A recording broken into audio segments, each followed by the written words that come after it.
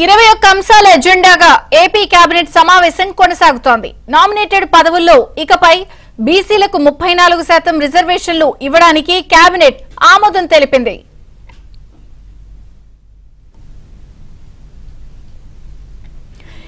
అంశాల ఎజెండాగా AP cabinet సమావేశం కొనసాగుతోంది. నామినేటెడ్ పదవుల్లో ఇకపై బీసీలకు 34% రిజర్వేషన్లు ఇవ్వడానికి కేబినెట్ ఆమోదం తెలిపింది. పూర్తి వివరాలు మా ప్రతినిధి సత్య అందిస్తారు. సత్య, విజయ చంద్రిక ఏపీ కేబినెట్ సమావేశం కొనసాగుతుంది. ఈ రోజు కేబినెట్ లో అత్యంత కీలకమైన నిర్ణయం తీసుకున్నారు.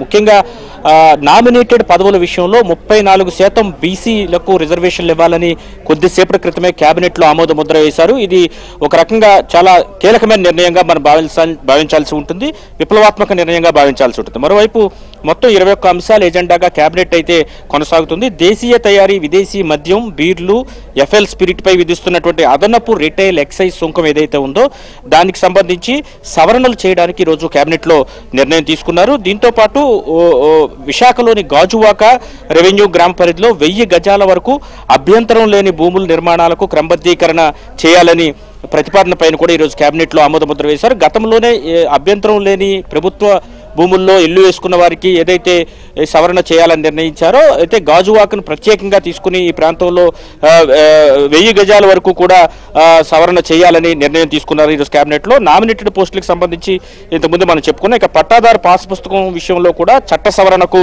వచ్చినటువంటి ప్రతిపాదనకు సంబంధించి కేబినెట్ లో కూడా ఆమోద ముద్ర వేయడం జరిగింది. ఇక AP knowledge society capacity building సంబంధించి 2025కు కేబినెట్ ఈ రోజు ఆమోద ముద్రను జరిపింది. ఇక ఎంఎస్ఎంఈల విషయానికి వస్తే ఎంఎస్ఎంఈ పాలసీ గతంలోనే రాష్ట్ర ప్రభుత్వం తీసుకొచ్చింది. దానిలో ఎవరైతే బడ్డింగ్ ఇండస్ట్రియలిస్టులు ఉన్నారో వాళ్లకు అనేక ప్రోత్సాహకాలు ఇవ్వడం జరిగింది. అయితే ఈసారి దాంట్లో స్వల్ప మార్పులు చేస్తూ ఈరోజు కేబినెట్ ఆమోద ముద్ర ఇవ్వడం జరిగింది. ముఖ్యంగా ఎస్సీ, ఎస్టీ, మహిళా పారిశ్రామికవేత్తలకు సంబంధించి వారికి మరిన్ని ప్రోత్సాహకాలు అందించే విధంగా ఈరోజు కేబినెట్ లో కీలక నిర్ణయం తీసుకోవడం జరిగింది.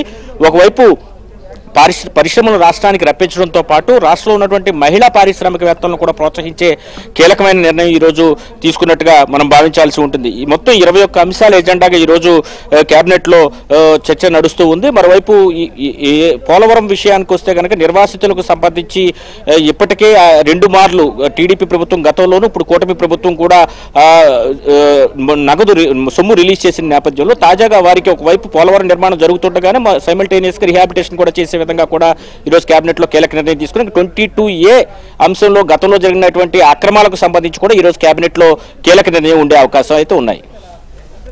Thank you Satya.